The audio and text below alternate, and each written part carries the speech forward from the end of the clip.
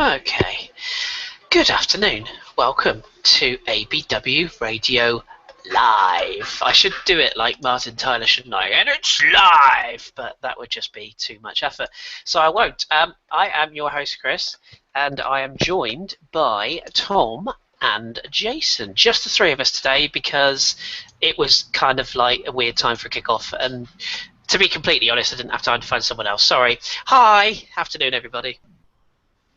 Afternoon. Jace, you're looking very relaxed there. What time is it in America at the moment, Jace? It's 9:22, and we're already onto the liquors. Good. So what's today's Jason beverage of choice? Today is a whiskey ginger. So you can tell how his Valentine's Day is going.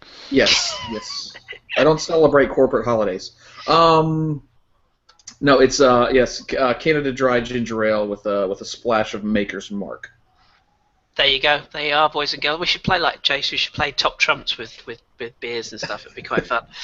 Anyway, that's not why people have tuned in, have they? They've tuned in to talk about Arsenal, and it's quite nice today, isn't it? It's quite a nice little feeling. So all the people that like a positive show, you're in for a treat. Let's get some opening thoughts then, shall we? Tom, I'll start with you. What did you make of that? That's fucking great, isn't it? Yeah. But, okay, because we're not going to have a negative show, I'm going to start off right now by going, amazing result, but I'm sorry, I'm not going to let this lie, and seeing as I saw his film yesterday, I'm going to quote Deadpool and say that Martin Atkinson is a fucking arsehat, and that is it. That is all I can say on that subject. He's a fucking cretin, and I hate him, and yes, more of that, please. We will definitely touch on Atkinson Gate, as I shall call it, but we'll stay with the game to start with. Jace, what did you make of it? So you got up at what time did you get up at? You said you got up earlier than you would for work. Yeah, I actually woke up before 7 a.m., 6:55 to be precise, and rushed downstairs and was able to catch kickoff. But a big shout out to all the West Coast American Gooners who woke up. The game kicked off at 4 a.m. this morning. So big shout outs to them for what is probably being more dedicated. I probably would have woken up at 4 a.m. I just would have recorded it and woken up at 10 a.m. and then watched it. But the game in general I thought was just wow. From a neutral standpoint, I don't think if you had any real rooting interest, it was extremely entertaining. It was open. Obviously we had a lot of chances once they went down to 10 men. They had some chances early on, and just some magnificent play all around. Some what can only be described as unprofessional refereeing of the game, and it was good though that we were able to overcome that. I think we've seen recently where we've not been able to, but today we did. We were able to overcome some poor performances by some individuals and still pull out a result. And it's one of those that really I think it just swings the mood either way. Where I think if we lose this game, we're talking about, oh, it's typical Arsenal. We're going to fit. What can we do to make sure that we finish third this year?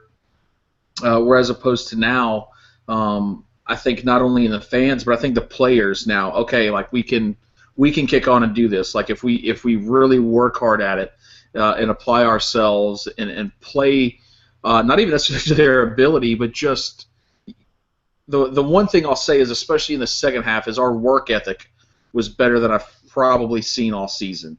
And it's disappointing that it takes, being up a man and playing a team ahead of you in the table that's on top and you're trying to close that gap. It's sad that it requires that, because that's the performance and the work that we should be getting every match. Yeah, I think that's some very, very fair points, and there's so much to pick through, so we will race straight into it. I should say afternoon to everybody in the in the chat box. 117 people joining us. Actually, no, 124 joining us at the moment. So afternoon to each and every one of you, and a special shout to two friends. One being OG in one part of Canada, and one being my friend Kelly in another part of Canada. They both got up, I believe, at 4 and 5 a.m. respectively, to watch this game. So have to give them a little nudge, a little shout.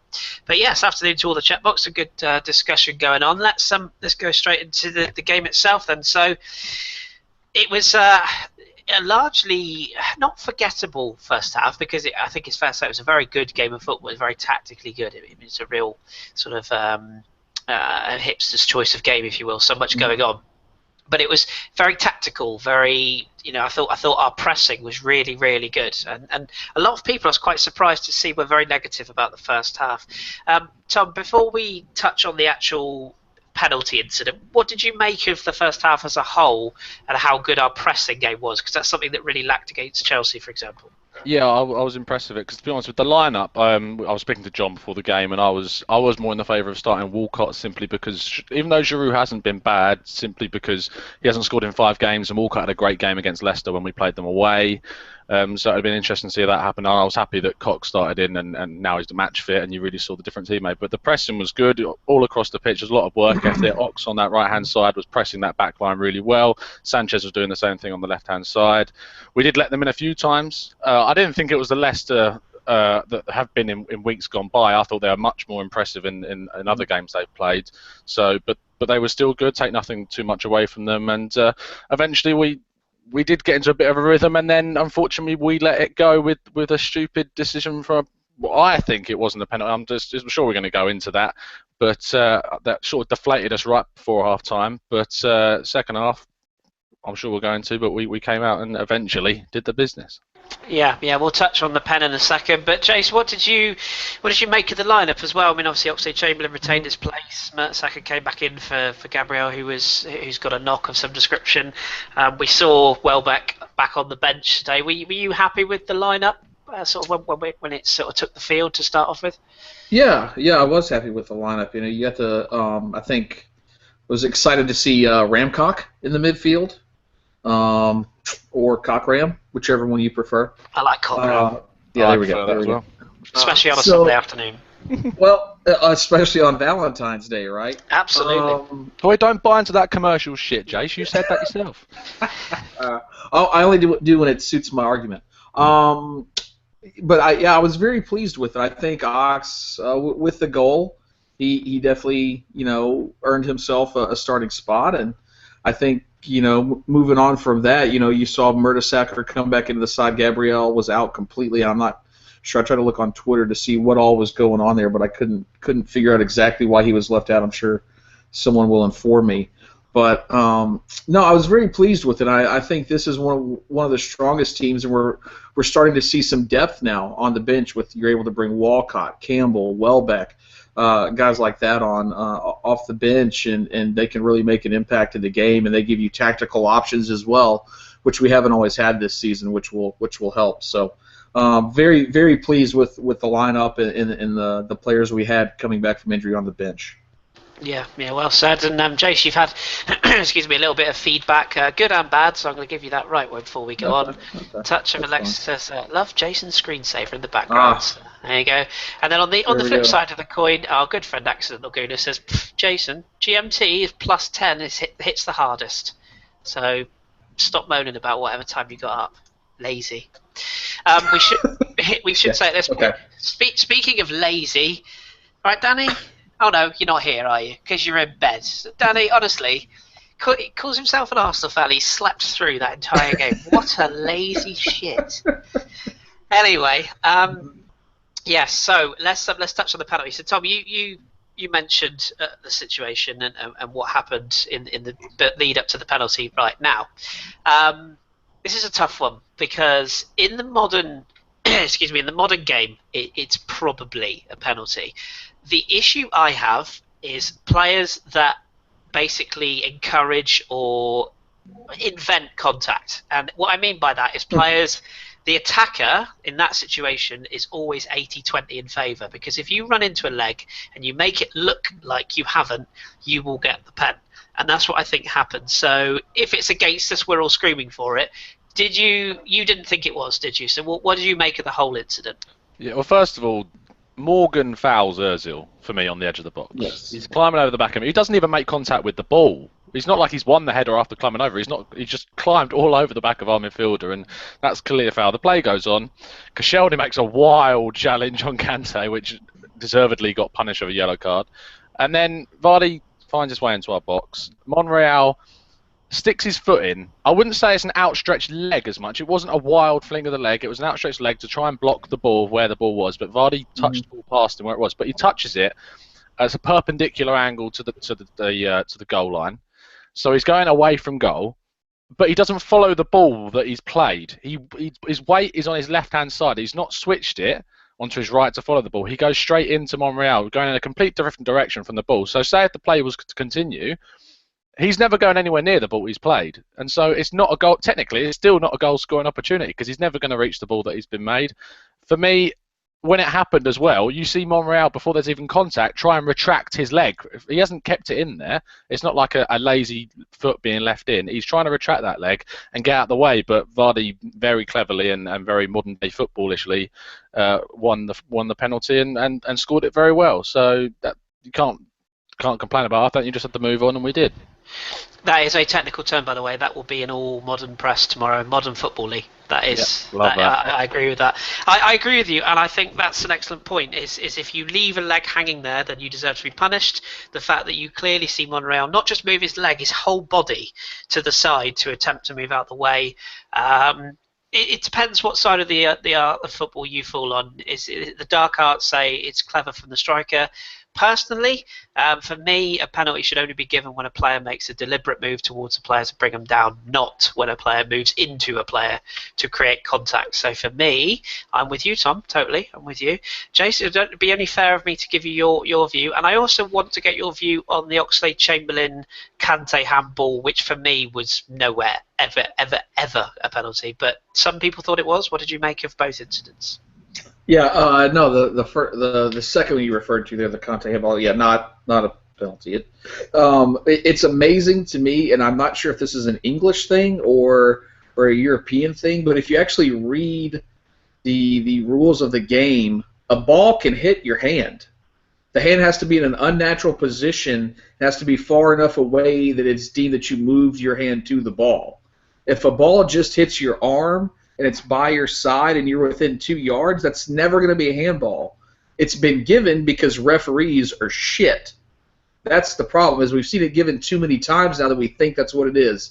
But if you go and you actually read the rule book, then you will see that half of the time what we call a handball and what players shout for, by rule book definition, is not a handball. On the overall, the penalty and everything, Tom was spot on, and I was up at my TV yelling at the fact that Ozil had just been bulldozed like an old building, and nothing. And then that puts us in some bad positions, and yeah, maybe don't stick your leg out there. I get it, whatever. Obviously, Vardy makes the most of it, and I don't know any striker in the world that isn't going to make the most of that. I don't. That's where we are now in the game. At the same time, the referee was in a decent position and could have easily seen that it was a very poor touch by our world-class Jamie Vardy, and it was taking him away from goal, and he clattered into Monreal as opposed to the other way around. But at the same time, we got the benefit of the doubt with the replay to see just how awful it was. Again, the referees don't, but that still doesn't excuse Atkinson for being grade D cock meat. I think that's fair. Also, you have to take into consideration, of course, that Monreal clearly sort of trips over Jamie Vardy's ASBO tag. And you can't, that's tough. I mean, those tags are quite chunky around the ankle. It happens. I jest. But I agree with you both as well. I think that there was a foul on Ozil. The only thing, and this is just in the interest of balancing it slightly, the only thing I would say about the Ozil thing is Mesut's got to be stronger. He's got to be stronger. When a player... can you imagine sort of a Petit, a Vieira with a player coming over the back of the lat? They would just make a sort of an arch and just tip him over the shoulder. I say it is a foul. I'm not disputing that. It is a foul. but it does bug me when some of our players, and Mesut and Olivier Giroud are two of the worst, where they think it's a foul and then they step back and wait for the referee to give a decision. It's like, nah, you can't do that. You've got to play to the whistle. So, but I do agree it was a foul, so I'm not disputing that. Now, in a weird way, that decision that Atkinson gave, and however bad he was, I wonder if that changed his influence on the second half, because we shall get to that. So we come in at the break, we're a goal down, people are burning their iPads and throwing selfie sticks at each other. It's carnage. And we needed a big second half. I think it's fair to say that. Tom, what did you make of the reaction? And in particular, again, not focusing on the negative, but we came out like a team that really wanted to prove a point, and almost too much in the way that we rushed things. How did you feel about the first sort of 20 minutes of the second half? Yeah, well, it was clear that the manager had probably got stuck into them at half time. As soon as Leicester scored in the first half, I was watching my flatmate and I said, they've got what they needed. They got that goal. They can now sit, and they're a very good defensive team, and they can hold this for the rest of the game. Unfortunately, they couldn't do that because of the sending off. But I thought we came out with a purpose and a real vice and verve about our play. It was a lot more like clinical passing. There wasn't so much of the trying to do the fancy stuff. It was a lot more back to basics, try and get our rhythm going and really get a foothold in the match, and that's what we did. And I think we exploited it through Sanchez. A lot of people complained about Sanchez's performance, and it wasn't the best, but he certainly was integral on that left-hand side in getting into the box and gradually moving the team forward, because we have a bit of a problem with us is passing just round the box constantly back and forth, back and forth. Sanchez does push us forwards nearer the box and nearer the goal, and you get more opportunities that way, whether he's the one who's scoring them or not. So he certainly stepped his game up in the second half. I was happy with what happened. I was happy with the red card. It was stupid. It was really League One, League Two stupid defending and choice making from Simpson. So I'm sure we'll go into that further. But I think at the end of the day, we did deserve to take the 3 points from the second half performance. I would agree with that, and we will touch on. I mean, obviously, we've touched on the referee. I mean, I don't want to turn this into a sort of a referee show, because we won the game, and I think we deserve to win the game on the balance of how much we pushed. But it's fair to say, Jace, that Atkinson certainly made run for his own back, maybe, but he booked Danny Simpson. I'm just going to put this out there. If that's an Arsenal player that gets sent off for that, we are livid. It was beyond soft. Don't get me wrong. I actually think, in a weird way, that Simpson was the fall guy for a lot of other players. And as good as Kante was, and he was good, as good as a variety of players were for Leicester on the day, their constant fouling and constant need to break up our attacking play, which was clearly their game plan once they got in front. I think Simpson was the fall guy, and obviously was sent off. What did you make of the second booking? I've seen more egregious tackles not carded for a second yellow, but at the same time, like, they were just doing whatever they could, grabbing, pulling, pushing, kicking, sliding, cursing, whatever they could to get us off of our game and break up our play. And I do think Simpson's was more, like you said, the accumulation of the team's fouls maybe than his. I also wonder if maybe Atkinson went back at halftime and maybe watched that replay of the penalty and then realized, oh, crap, maybe that wasn't. Or maybe thinking back on it, he thought, well, maybe it wasn't really a penalty, and maybe it was a makeup call, which we've seen before. And at that point, though, he lost everybody on the pitch. Not a single player respected a single call he made the rest of the match, even if it was the right call. And the fact that he's just our stats with him in the last 7 games he's reffed, we have 1 win, 1 draw, and 5 losses with 3 red cards against us. It's just it's not a coincidence with him that there's controversy, and he does the way he handles the matches just seems completely unprofessional. And we've seen it time and time again from him. And all the other, we obviously, all Arsenal fans think that referees have it out for them, that there's this big conspiracy. I don't necessarily think that. I don't think we put ourselves in the best light to referees a lot of times. But Martin Atkinson is one of those people who I do think allows a bias into his decisions, and it's extremely unprofessional and extremely disheartening. And the fact, though, that we had that decision against Simpson go for us today was massive. Because I do think, like you said, we had come out in the second half and were really, really pressing and knew we had to get a goal. And I think with that card, it settled us down, but it focused us even more. And I think we were maybe just a half a step, not necessarily slower, but more in control from that point on the rest of the match. So it's just one of those things that he's so unprofessional, and there's always a game, and you can watch other games that he's been in.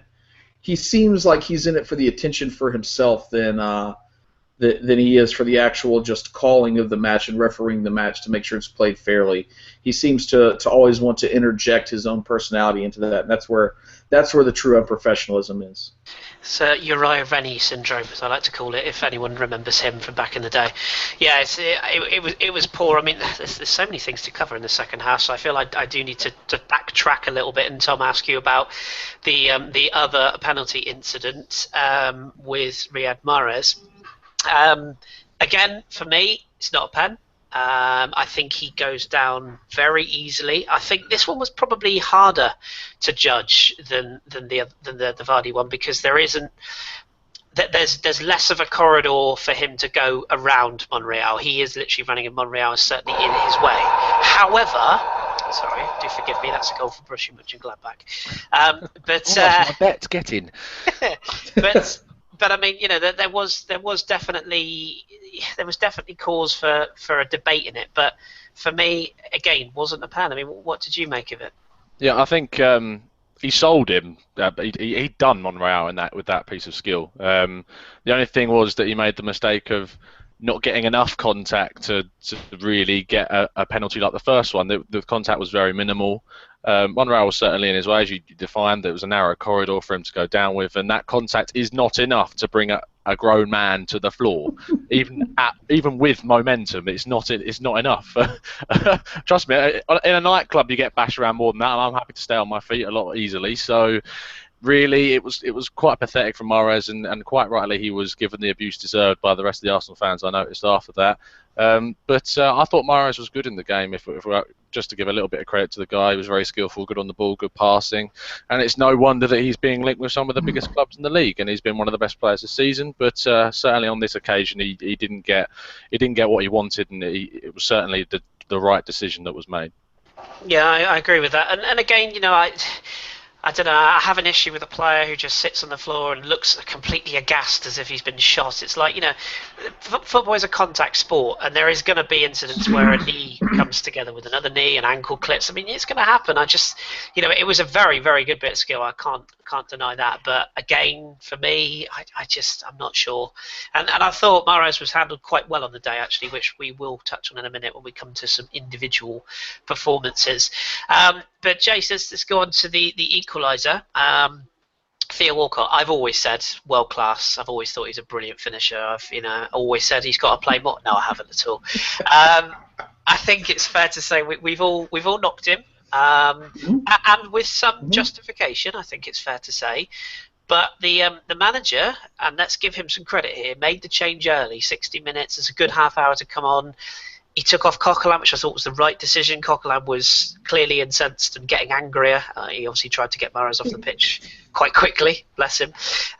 So on came Theo Walcott, and he got the goal. And that was the sort of finish that Theo Walcott is good at when he doesn't have time to think. What did you make of it?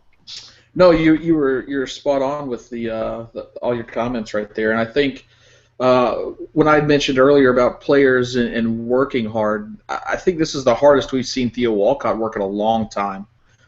He was going after loose balls, and he was tracking back a little bit better when we didn't have the ball, and trying to win it back because he knew how important the game was. Plus, he knew how important we needed that result just due to the fact that we were down 10-minute home, which I people had asked, like, oh, when we went down 10 men, is a draw good here? A draw is not good at home against 10 men. Those are must-win situations, and Theo knew that, and he put in a great shift today, and you could start to feel that something was going to happen when he came on. And it was everybody knows that I really hate Giroud, right? But it was a perfectly headed ball put into his path by Giroud. Giroud took the weight off it, took a lot of the spin off it, and it just allowed it to perfectly set up for Theo to just slot it home. And those are shots that we've seen Theo and other players on our team miss. So all credit to him for finding his boots and his shooting boots and being able to put that in the back of the net. And that's when this was one of the games where when I'm at home I tend to be a little more analytical when I watch the matches and sort of sit down. And ever since about the 30th minute of this match, I literally just stood in my living room. I didn't sit down. I just stood there and watched the match. And cursed and paced back and forth and everything, because you could feel the crowd was behind the team, which was massively important, and with all the protests and everything going on, which I completely support. During the match, you have to support the players and get behind them. They do feel it. When you're buzzing, they can feel that on the pitch. And so it was great to hear just a raucous crowd on an earlier kickoff on a Sunday morning, and you could see that go into the players. And when Theo scored that, it was just a huge relief. And I think not that we all knew, but I thought we all felt like we could go on and pick up a full 3 points from this match now. So it was vitally crucial that he do that in a great way, and he actually displayed some leadership as well at times, getting in Atkinson's ear and getting on some of the other Arsenal players throughout the match. So really good to see him step up on such a big stage. And people are going to go, well, it's against Leicester. I don't care. They're top of the league right now, and they're not stumbling like everybody has said that they would. And they showed us today that they are a class and quality side who can put up a fight and not just go in somewhere and sit back and defend, but they can go somewhere and attack, and they're not afraid of anybody. And to see the performance we did today, and I think Theo was really the one who embodied the overall performance with what he did today on the pitch, and you got to give him credit because again, those are the type of things that in the past we've been missing, but today. We solidified, and that I think gives a lot of people a lot of hope for the rest of the season. Yeah, when you come on as a substitute, all you're expected to do is make an impact in the game, and boy, did you do that! Fair play to him, and indeed, probably could have had a couple of other efforts as well. Had his touch been better, so fair play to him. And you know what? Players are not above criticism, and sometimes they need to work harder to overcome issues in their game. We'll touch on somebody else who's done that in a second. To quote the Reverend Raj, a great point about the atmosphere, Jace. Obviously, it's an early kick-off. It would have been very easy for us to have all turned up and been half asleep, but the crowd were excellent, particularly when we needed them in that last 20 minutes. And Reverend has quoted in our chat box here, well worth having an ice cold wind blowing up your jacksie for 2 hours. So God bless Mr. Raj Patel, and yes. Obviously he is, he's getting up there in age a bit, so he feels the cold. So bless him. Love you, Raj. But let's go on to that sort of last 20 minutes then, Tom. So back in the game, sort of level at 1-1. The thing I really liked was that we got a bit of composure back. There was a bit of almost forcing it for that 20 minutes, and we got the leveler, and it was almost like we were able to just compose ourselves and go again. What did you sort of make when we were getting into the last 10 minutes? I mean, we had missed, it has to be said, a few good chances. We got Welbeck on. Could you have foreseen what was going to happen? Because that sort of last 5-10 minutes, it didn't look like it was coming, did it? No, I thought it was ending 1-1 all day long, simply because we just weren't taking the chances we were given. We were given so many. Ramsey had a couple, Sanchez had 2 golden ones that you really should have put away. Giroud had a couple of chances, headers over the bar. He did that in the first half as well.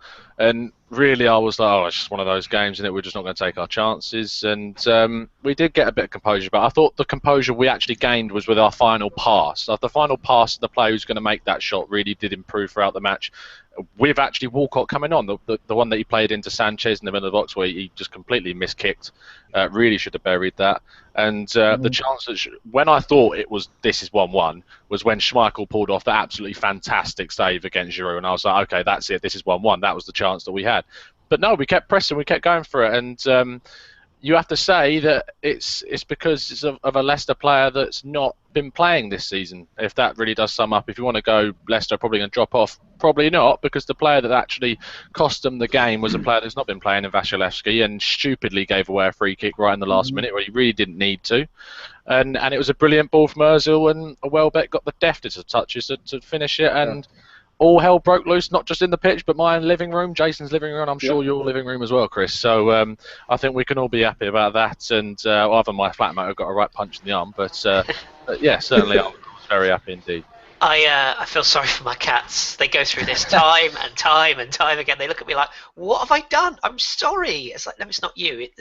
As they go sprinting out for cover. But my wife and my dog looked at me like, "You're an idiot." Yeah, I get that a lot. Yeah. I get that an awful lot, and I don't care, so fuck them. But no, it was a real sort of outpouring. Great point on the free kick, Tom. That was. I thought the game had gone when Mesut put the corner in. It was a poor corner. I thought that's the game done.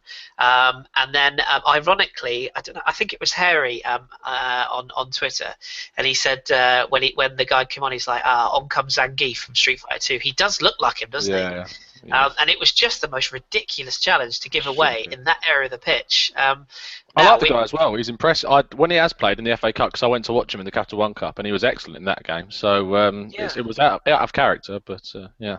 And on a day, Jace, where again I'm going to keep the show positive because I don't want to pick on players, but on a day when Mesut Ozil was, I think it's fair to say, largely anonymous. It was definitely not one of his best days at the office.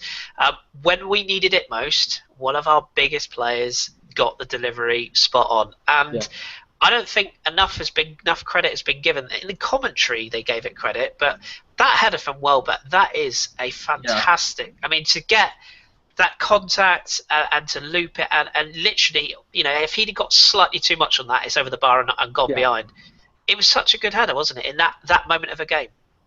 No, it really was, and I don't think it's anything that we expected from him coming. That's not a touch that you see a player playing his first match in, 9-10 months? That's not the kind of touch that you see them making it on their first appearance. And it shows you the potential and really sort of why we bought him and why United thought he was a great player for them for so long as well. And just the Mesut Ozil in-swingers are just a thing of beauty. Like they really are. They're so hard to defend, either from a corner or from a wider set piece like today. And it shows you his quality and the fact that he did have a bad game. I'm a huge Ozil defender. I absolutely love the guy. He had a bad game. Sanchez as well had a bad game. I think our two most expensive players probably had their worst games of the season today.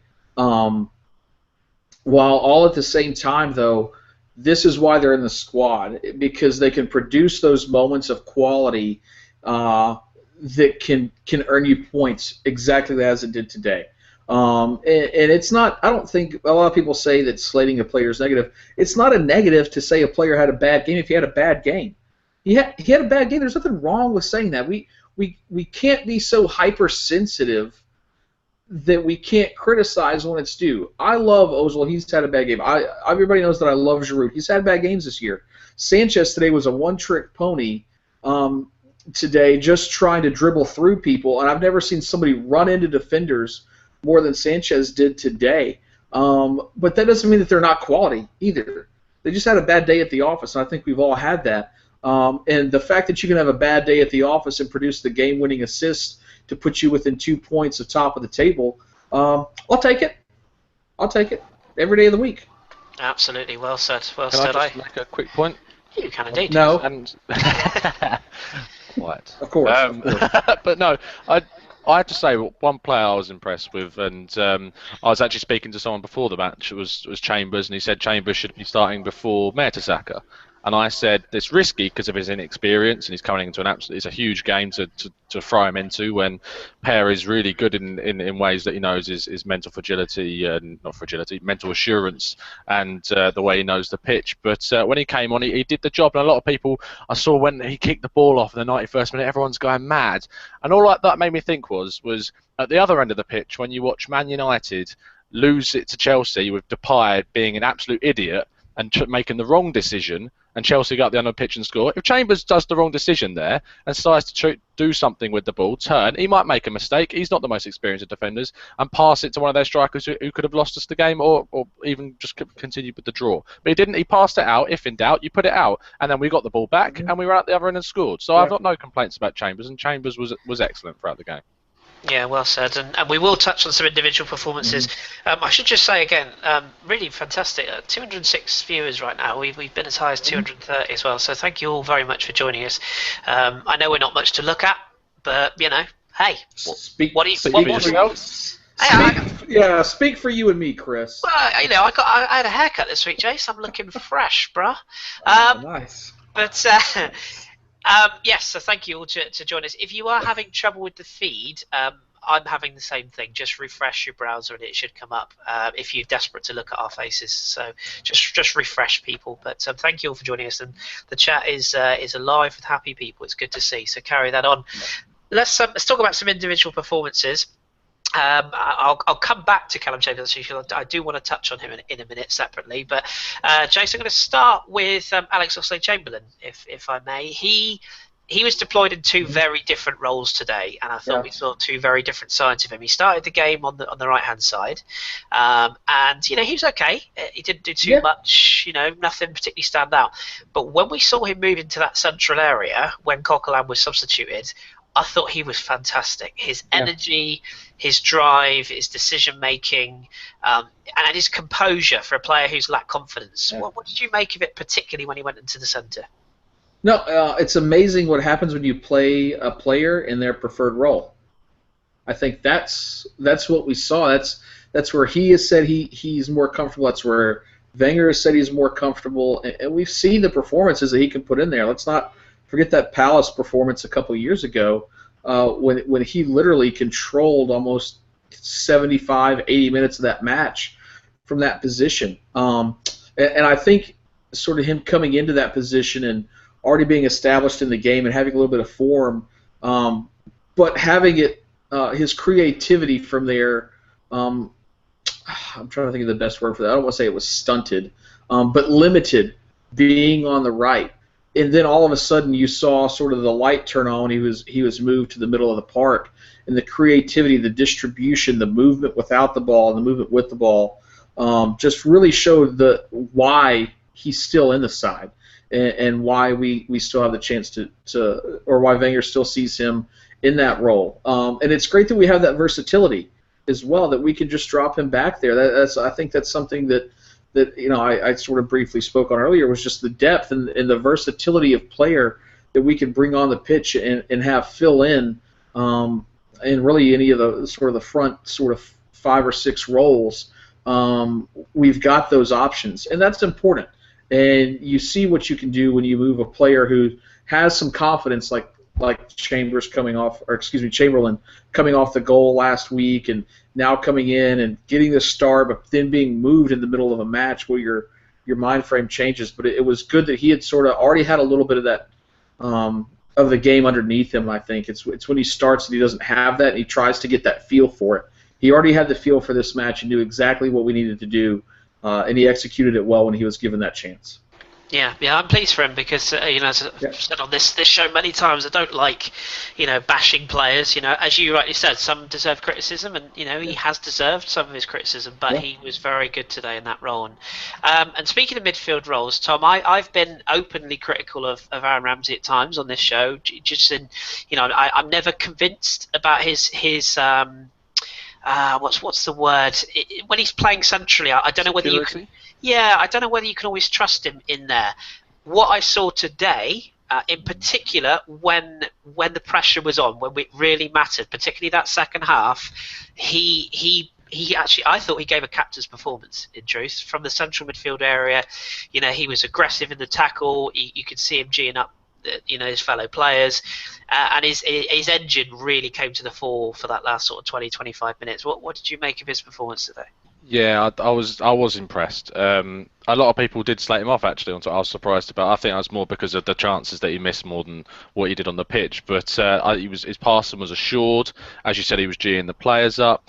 It's nice that even though he wasn't completely his normal self with the fancy flicks and the outrageous pass attempts, that there is still some of that in there. I mean, you saw someone who was trying to lay Giroud off down the channels, and it's great running from Giroud, but still his assurance in the passing and the way that I felt that he had a lot more freedom with Koch in the side as well. If you think that, because with Flamini there's a little more vulnerability in the midfield, but he definitely felt that he could push a bit further forward. He was always calling for the passes, whether that was to bring it across, which for me is a bit of a pet peeve because I hate seeing it being passed around the edge of the box. But he was always available for a pass.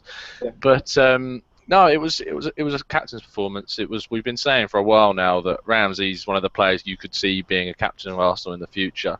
I never want to see the guy leave the club. He's just a unique player in the drive that he has, and in just the character the guy's got. Really, the personality of player that he is, in that he's willing to do things, and things don't really get him down. Things don't bother him. Like the fans would be booing him a lot, but they've done that all through his career, really, other than the season where he really smashed it. And he just moves on, picks himself up, plays the passes, does what he needs to do, and carries on. And there's a reason why a world-class manager is picking him to be the driving force in our midfield.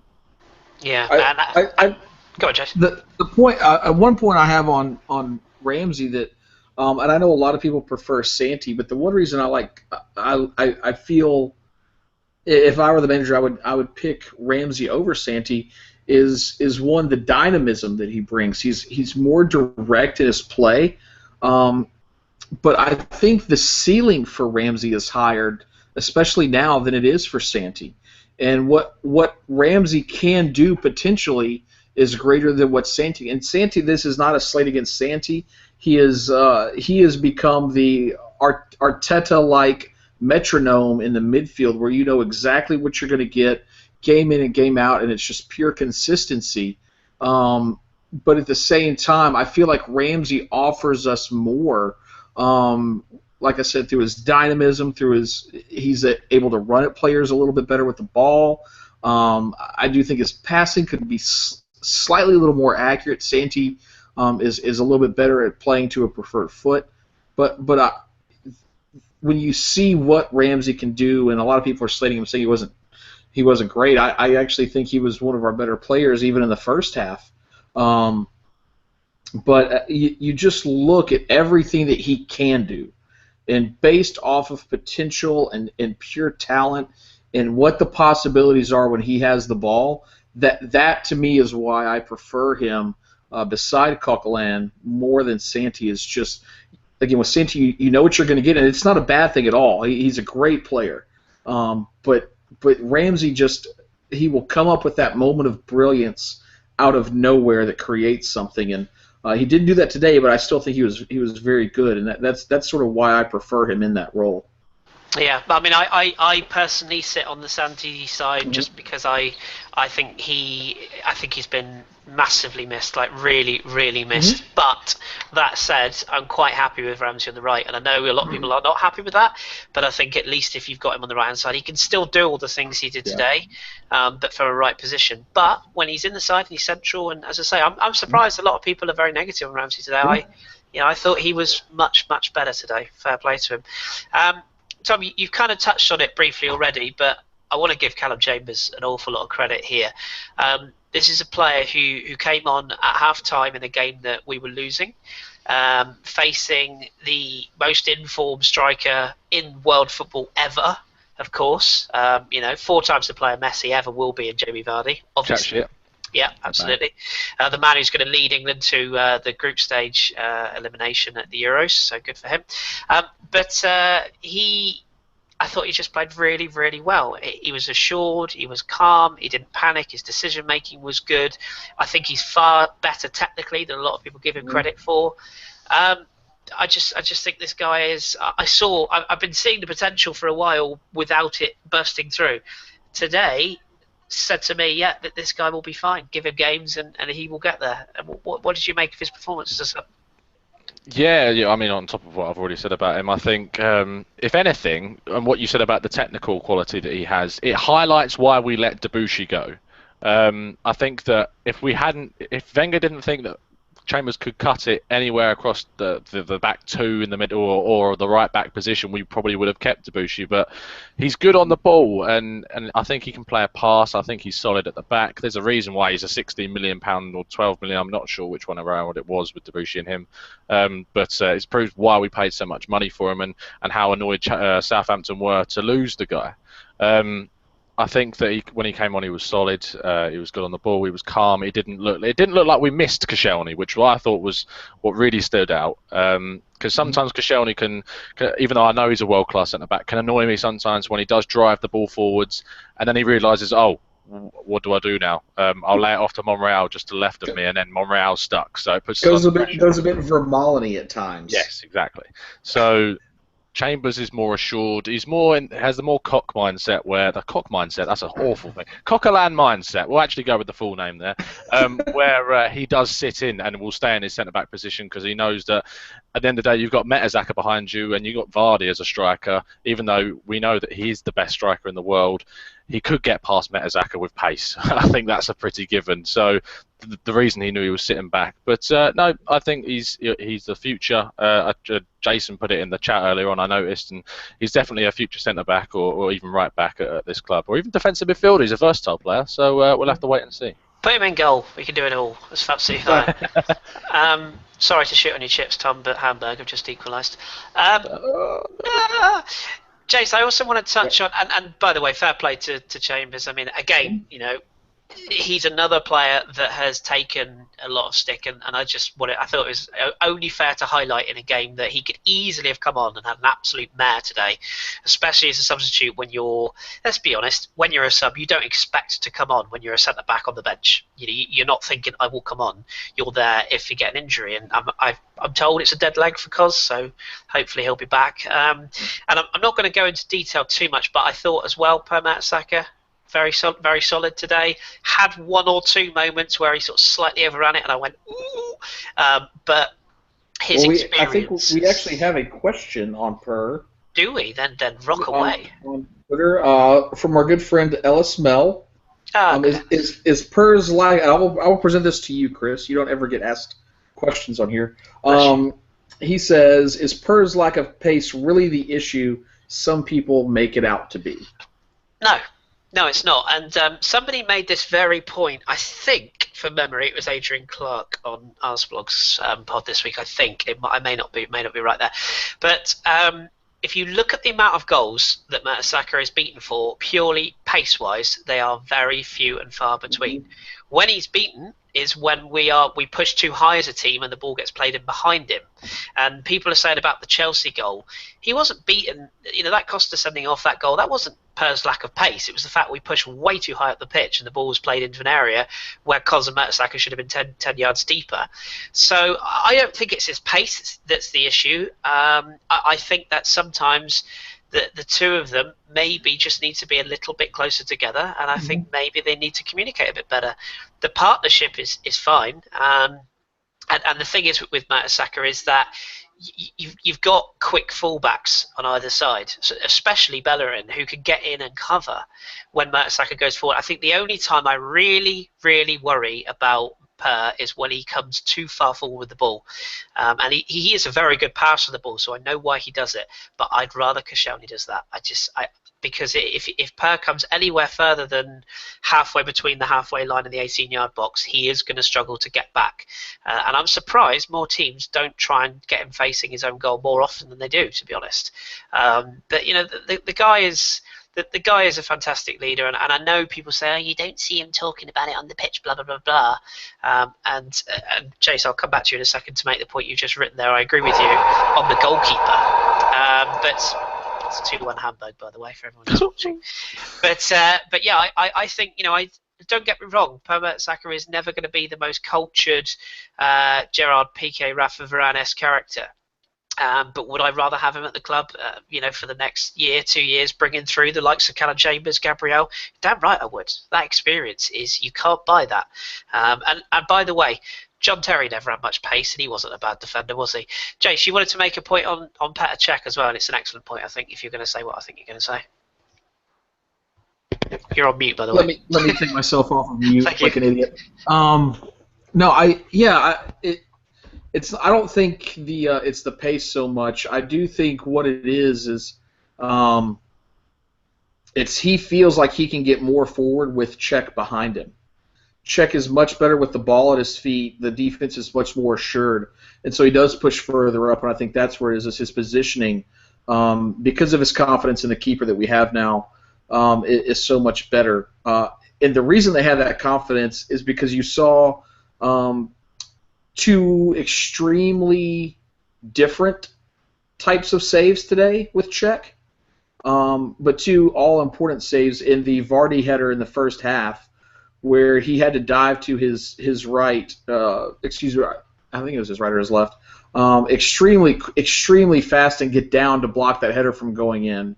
And that's a ball that I think Ospina lets in. That's a ball that I think Szczesny lets in. That's a ball that I think probably 95% of goalkeepers in the world let in. It would bounce off their arm and go into the back of the net or something like that. And then you see his save against Conte on that little curler where he had to make just a split-second decision when he realized the ball was about to. I don't know if you saw in England or not, but we had the replay from behind the goal, and the ball was going into the net. And he was able to just palm it away. It's those types of saves when he doesn't actually have to do a lot that speak volumes to this. And it's those when he's only tested one or two times a game, but he comes up with it. And I think he's just as responsible for our 3 points today as Mesut Ozil or Danny Welbeck. And he has come up huge for us time and time again. Just think where we would be without him.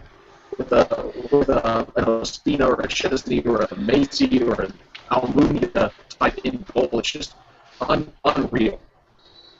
Yeah, sorry, your robots have returned, Jace. What's going on? No, I think you make an excellent point on Cech, and again, 100% hold my hands up. I was convinced Cech would be a good signing. I just wasn't sure whether not so much whether we needed him. I was just had my sort of, I don't even know what the word is. I was skeptical, I guess is a good way of putting it. But 100% hold my hands up. He has just been fantastic, and that's a really good point you make about the little tip around from Kante's, because I think a Szczesny and Ospina, any lesser goalkeeper, I think maybe gets their footwork wrong, flaps, tips it into their own net. Cech just a very calm. Oops, actually you heard a very clear keeper shout, and he just quickly adjusted his feet and tipped it over like he was hanging out the washing. It was just like very, very composed, and that has to be said. So, no, all round, very, very good defensively today, and fair play. I just want to also just have a final word before we go to questions. Let's have a bit of love for Danny Welbeck. Jace, you made the point earlier on that this is a man who's been out for 10 months. Some people were mocking him. Oh, he'll never come back. He'll never play again. Why did we sign him? Blah, blah, blah, blah, blah. One goal doesn't make a career, but that's a pretty big goal. The way he celebrates, obviously the victory. I just think we should have just a little kind of circle jerk and say welcome back, Danny, shouldn't we? Yeah, I'm 100% fine. Hopefully my robots are not as back as much as Danny Welbeck is back. Oh, they are. They're still there. Oh, no. I don't know how to get rid of them. Hang on. Try again. Try now. Okay. Well, what I will say, good so far. and I'll say it very slowly so that the robots don't get me, is the fact that Danny Welbeck is never going to be a world-class striker. He's never going to be a player who gets us probably 20 to 25 goals a year. But what he's going to do is he's going to create, in certain games, whether it's the games he starts or games off the bench, he's going to create a different dynamic for us up front or out wide. With pace, he can play with his back to goal, he can turn with the ball, and he's a very good header of the ball. And those are types of things that we can bring into games. He's part of that versatility off the bench that we have now. and you saw exactly what it did, and he made a difference in the match. And it's just so rewarding to see something like that happen for a player like him, to be able to go through and score that goal. And I mean, it could be the goal, not trying to put any jinxes on us, but it could be the goal that could go on to help win us the title. And I would be more than happy if that was his last contribution here. That being said, it's nowhere near his last contribution. No, I think I think he could be very, very vital. As I wrote in a blog a little while ago, and I know a couple of our guys from ABW have done the same. So, and Tom, just have a quick word on Welbeck as well. I mean, as Jay said, 10 months out. I don't think many people expected him to be on the bench today. I think we were all looking towards that FA Cup tie, but he's come on today. That goal alone could have such a big say in this title race, and fair play for him to working hard to get back to fitness. Yeah, certainly. I think you were asked the question a lot earlier in the season, who's going to be the better player to come back, Welbeck or Wilshere? And I certainly said Welbeck, certainly because more offensively we were struggling to find goals, and he was so good for us last season when he was playing, and he was that extra bit of vice in the team, that left hand side with a bit of height and pace. I mean, the game against Galatasaray in the Champions League last season, he absolutely smashed it, getting that hat trick, and it was an amazing performance. So it's just another option. It's always the manager had a dilemma between playing Giroud or Walcott up front. He's now got another option which is totally capable of playing for us as a number 9. But also we can play on the left. He can give Sanchez a rest if Sanchez ever needs one. Sanchez can go out to the right and give someone else a rest, and Welbeck can play on the left. It's a very versatile team going forward that we've got, and I think that Welbeck coming back just enforces that even more. Yeah, well said. And let's just say, right at this point in time, I sat here in this chair, literally this chair, 2 weeks ago when we lost to, who did we lose to Chelsea, and there was lots of people. Titles over, game's done, Leicester won at City, and I sat in this chair and I said, beat Bournemouth, beat Leicester, everything will change. And I hate to call myself Nostradamus, but seriously, we've just got to keep the faith. And you know what? Coming on and doing this show is far more enjoyable, talking to people that are happy, than sitting here moaning and groaning every week. So, when there's criticism to be handed out, we will hand it out in bucketfuls sometimes. But, all we did today is we turned up when it mattered most. Okay, maybe not for periods of the game, but when it really mattered the most, we got that little bit of luck and we got that winning goal, and that could prove so important. I just want to... Go on, Jason. Jason? Sorry.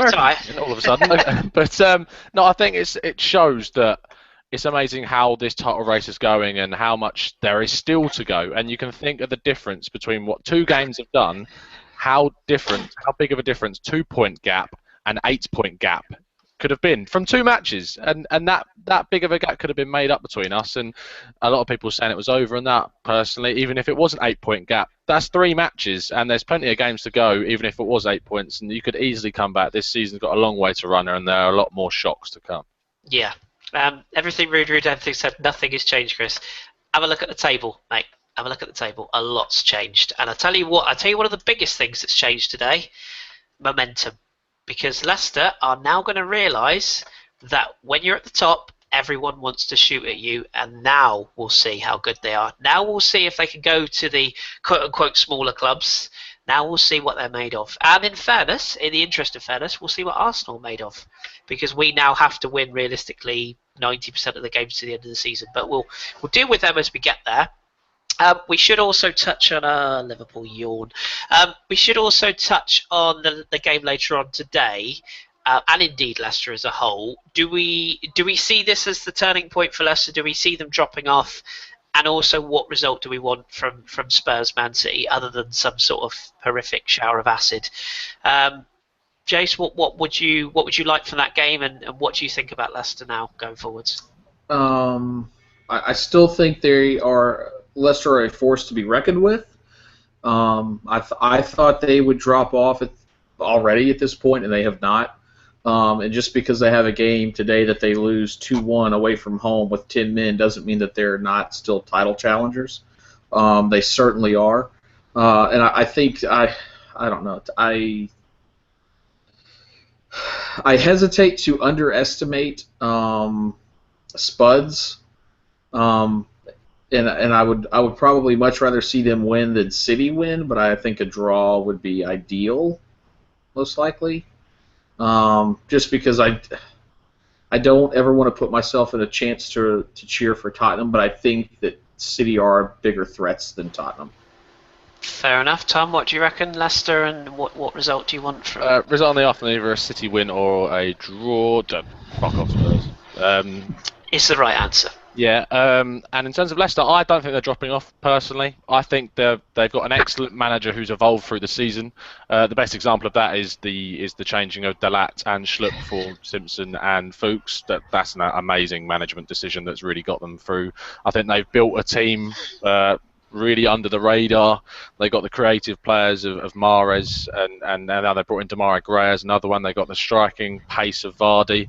They got the industrialness of Kante in midfield, and they've got a back-two partnership which they've kept for most of the season, which have now really grown together. And then put that behind a goalkeeper who pulls off saves like he did against Giroud today on a consistent basis. You've really got a team that's going to push for the title, and I think top four for them is pretty much guaranteed, which is going to be amazing to see Leicester in the Champions League at season. I really cannot wait to see that. So yeah, best of luck to them, but fuck them in terms of the title. I want it. Yeah, absolutely. And for my money as well, when asked whether you want City or that lot to win, the answer is always City.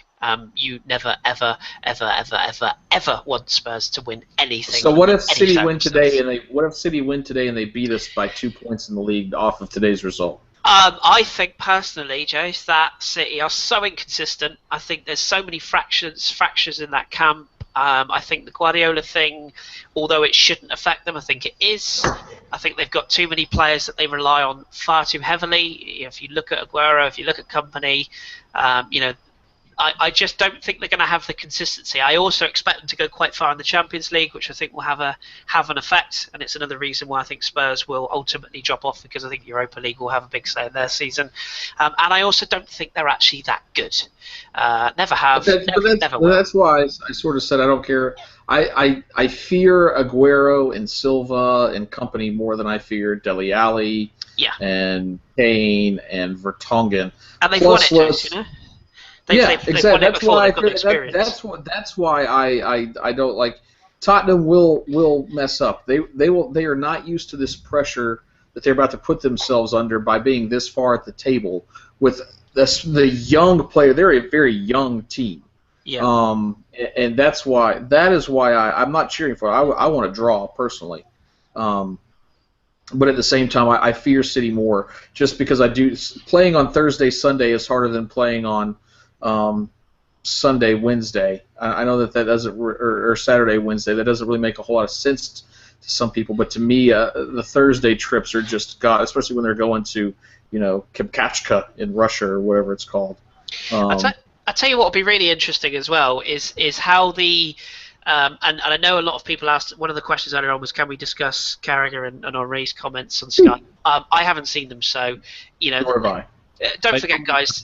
Basically, that's what they said. Yeah, I mean, these guys are paid to do a job. I mean, you can't have Thierry Henry sat there in an Arsenal shirt and an Arsenal scarf going, "Hey, I love it." I mean, he's got to be impartial, and sometimes he's got to say things that he might not even agree with himself. So don't let it get you guys. But what will be interesting to see is I thought Manchester City got a very easy ride last week. I thought against Leicester they were so poor. So many poor players, so many poor performances, and they did what Arsenal have been accused of for so many years. They bottled it massively, and I'll be very interested to see how the media reacts to Arsenal not bottling it today and showing the mettle that we've got and actually proving that, we've had a bad run, but we can win the big one.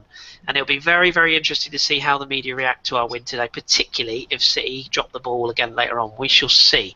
Right, let's get some questions then before we shoot out of here. And again, apologies for people that have had trouble with the stream. Unfortunately, it's run by Apple, therefore is a bit poo. Right, first one then. Everything rude, everything. Tom, is Kante better than what we've got?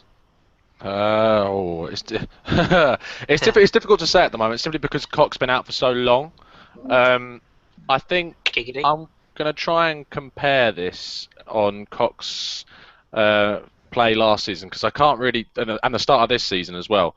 Koch was amazing in the last season. Koch was brilliant at the start of this season before he got injured, and he's come back today and was also excellent. I personally think that if I'm actually going to compare it in terms of a national team sense, I think they've got an as equal chance of getting into the French team, both of them. But I think the one that's more likely is Kante, simply because I don't think Koch's that fashionable in France, if I'm right in saying. But I wouldn't swap them if that's the sort of question, and I wouldn't rather have Kante than Koch. It's just that simple. I agree with that. Kante's been fantastic, absolutely fantastic. And trust me, as a guy who had seen him play at Cannes I know Arsene Wenger's getting some criticism saying, he knew about him, he didn't sign him. Listen, at Cannes, he was an average, decent midfielder. He was nowhere near the player that he has developed into. My God, Villa are shit in the bed. He's fantastic, and I don't think he'll be at Leicester next season if this carries on, because I think the club, possibly even abroad, will look at his industry and his athleticism and think we could do with a bit of that. So, fair play to him. He's been a fantastic signing. But for every one that you gamble on, one comes off, 5 or 6 or 10 or 20 don't. So fair play. He's been very good. I should give a shout to Jukester as well, who sent me the question about the Ramsey Ox pivot. I do just want to give him a mention because I know he's not with us live at the moment. Mark LeBruder, Jace, wants to know, we've actually covered that. Do we want a City win? So yeah, there you go, Mark. We've covered your question. Carl, does Welbeck start against Hull? For me, yes, absolutely. Both of you guys agree? Or not? Yeah, sure. Yeah. Would you start him, Tom? Should we introduce him slowly? Should we still have him on the bench? Or I'd throw him in. Yeah, so would I. I think you should throw him in. I think if you're going to look at a lineup, I think you should throw him. I think you should give Joel another chance to show out why he's been good. Iwobi should be playing, because when he's actually played, he's been very good for us. Give Sanchez a rest, give Ozil a rest, give Giroud a rest, definitely, and start Walcott actually as well. I'd start Walcott because he came on well, and I think he deserves a start and get some game time in his legs. So yeah. Yeah. Fair points. Samit Desai, any news on the Cos injury? Nothing as of yet. We don't know, but apparently it's a dead leg, so should be okay. Uwade Uyegui. I've butchered that. Uwade, I am now going to call you Jeff. Jeff wants to know, does Danny take the weight off of Giroud for the next match? So we've kind of covered that, but I want to expand on it slightly. Mm-hmm. Jace, do you think that this pressure or puts more pressure on Giroud to keep performing? And by the way, in a game where a lot didn't go for him today, he worked so hard. Yeah. I don't think it puts any pressure on or off him. I think what it does is it allows him to rest, because we've all mentioned in the last month that he looks knackered, and it allows him to rest before Barcelona, which he needs to be extremely influential in that match, holding the ball up and linking up our midfield. So I do think that we need to at least give that guy a good 60 minutes at Hull to be able to spell Giroud and take a well-needed rest, and be able to rest up for such an important game against such a quality side. Yeah, I agree. It's definitely a really good option to have. Another good question actually from Jeff. Mahrez or Kante? Who do you get, if any? I'm going to answer this one quickly. For me, controversially, I'm going to say neither. And the reason I'm going to say that is I think we've got what Leicester have in Kante and Coquelin. To a slightly different player. And I think if you sign Kante, he needs to play, and I don't think he gets ahead of Coquelin.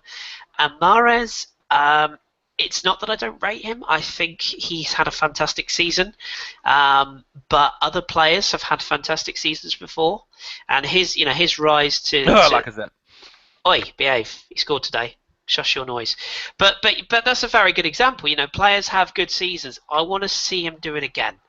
And I just think that if Arsenal are in a position in the summer to get potentially a very, a proven player or a player of a higher level who has done it consistently for a couple of seasons, I just wonder. That said, I think if you put Mahrez into our system, with our players, I think he could have the potential to get even better. So it's a tough one. But Jace, you want to come in on this? I'm sorry, what was my wonderful wife on Valentine's Day is... Oh, you're roboting again. I'm roboting and I'm trying to get another drink. Okay, you'll be back. Stop I'll be roboting. back. Send it back to Tom, and then I'll come back and I'll be listening and more lubricated. Okay. Yeah, it's damn robots. So we thought we had it sorted this week as well.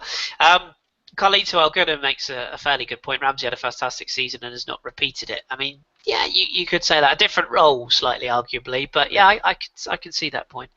Okay, couple more, and then we'll shoot off. Boy Tendio, if Arsenal wins a title, will we all finally accept that we aren't in the manager's seat because we know fucking nothing? Great point, Boy Tendio. Tom, what do you make of that? Yeah, this job we do is pointless. But no, I think if he wins the title, it's because he deserves to win the title, and he's made the correct decisions throughout the season, and he's had the best team throughout the season. The best team wins the league. It's just as simple as that. So the people slating decisions, I think I know he's not one of the most popular names in the world, but Mems actually tweeted out a good point saying that I'm a big advocate of slating Wenger when he makes mistakes, but when he does make the right decisions in terms of subbing on Walcott and Welbeck, it's something that we need to praise and accept that he's made the right decision and go forward from that. So I think that even though Wenger is certainly susceptible to making mistakes, I'm not saying the guy's perfect, but I think that he's made some good decisions throughout the season. And if we win this league, it will be because of the team he's made, the team he's got, and the decisions he's made. Yeah, great point. A quick sidebar, my mate Kaz has just messaged me and said, look at Liverpool celebrating, it's like kicking a poorly kitten. They've just got a sixth. Hilarious. Honestly, they are running around, although Kolo Touré, in fairness, he can celebrate forever because, yeah. But honestly, it is like watching a small orphan being kicked to death by a group of tigers. It's really painful. Poor old Remy Gard. Another question. Lazy Python, will El Nene ever get a start with everyone coming back from injury? Don't jinx it, Lazy. Don't jinx it. I'll answer that one quickly. I think he will, but I think maybe he's not quite ready. I think that's why you're seeing him being introduced from the bench. And you know what? Right now, it ain't broke. Let's not fix it. You know, we don't need to be tinkering with players right now. If they're playing well and they're performing, leave it as it is. Leave it right where it is. Is the Barca game a priority? Another question there from Jeff. This is probably where I want to finish today, actually, on the Barca game. Now, we obviously do have Hull first, next up in the Cup, but if we skate over that for the purpose of this conversation, Barcelona. Tom, you're our resident Spanish guru. A lot of people are scared about what Messi, Suarez, and Neymar might do to us. I'm more scared about Rakitic and Iniesta. But how do you put this now? You know, we're 2 points off the top place now. Mm-hmm. The form seems to be turning around. It's hard to say you prioritise a game because you should prioritise every game. But what do we do in this situation with the Barca game now? I think that you've got to play every competition as if you're going to win it when you're in it.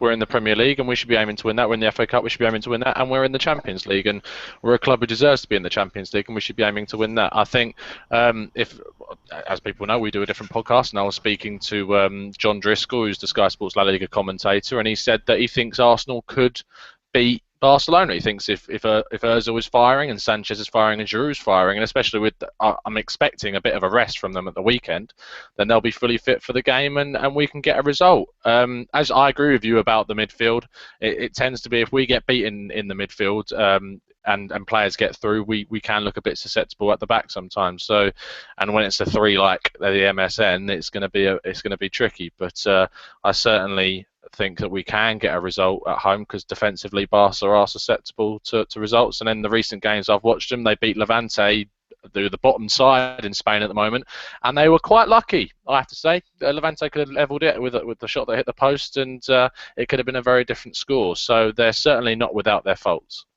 Yeah, I agree. I think it's. I definitely think that, I'm always the optimist. People know this. Some people think I'm delusional. I probably am, but I'd rather be happy and cheerful about things than looking on the negative. And yeah, there's every chance we could get our asses handed to us. But you know what? There's every chance that we could just surprise a few people. We've done it before. Let's keep things on the positive. Final thoughts then, Jace. You wanna give us a go? See if you're alive and well, or are you roboty? Let's see what's happening. Go on. Double Overgato, Mr. Roboto. Ah! And you're roboting again. Okay. Can you learn sign language? Maybe that would be very good for the the podcast edition, would it? But don't know what's going on, Jace. Don't know what's going on. At least we got a good hour out of you this time, rather than 10 minutes. Get him to type his phone. I'm just a pretty face to look at on the YouTube feed. Exactly. Honestly, it's like having a conversation with the Smash robots. Okay, Tom, give us your final thoughts then, and we'll let these 5 people have their afternoons. I think it's an absolutely huge result. It's a title-turning result. The score in the last minute like that is such a morale boost, a confidence boost, something you can really hold on to and take for the season. Welbeck will be now absolutely pumped and psyched up for the rest of the season to really try and take his chance and make a mark and try and get into that England team for the Euros as well. I know we don't like internationals, but the players certainly do think about those things. So I think that you might see Leicester not necessarily drop out of the top 4, but they might, as you said, might be feeling the pressure a bit more now they've lost, and I think it's blown everything wide open. Yeah, here, and Jace is. I'm sure Jace will concur and just say that it's a fantastic performance. Fantastic result. Arguably not even a fantastic performance, but that's even better for me. Thank you, Jace. There you go. Look, 2-1. That's what we like to see. I'm firmly believing that the result like this, in the manner that we've won a game like this, could just be a real confidence boost to the team now, and that's why I hope we carry it on. I hope we go to Hull or play Hull next week. I hope we beat them. I hope we move on, and let's just keep this momentum and keep the good feeling. We don't have to always be fighting with each other. Let's get behind the team. Let's just keep these performances going, keep cheering them over the line, and who knows? We might just be back in this title race. So anyway, that's it from us today. Thank you all very, very much for joining us. We really appreciate it. You can obviously follow at the AFC Podcast for all of our regular blogs, pods, and everything else. It's all going on. So do give us a follow. You can follow Tom, myself, and Jace at our individual Twitter handles if you don't already. That would be lovely. And yes, thank you all very much for joining us. Some new names as well. So thank you all for your time. Enjoy Manchester City Spurs. Let's all pray for some catastrophic event where a massive hole opens up and they all disappear for life. But until then, this has been ABW Radio. We're keeping the faith. We're happy, and it's good. We will speak to you very, very soon.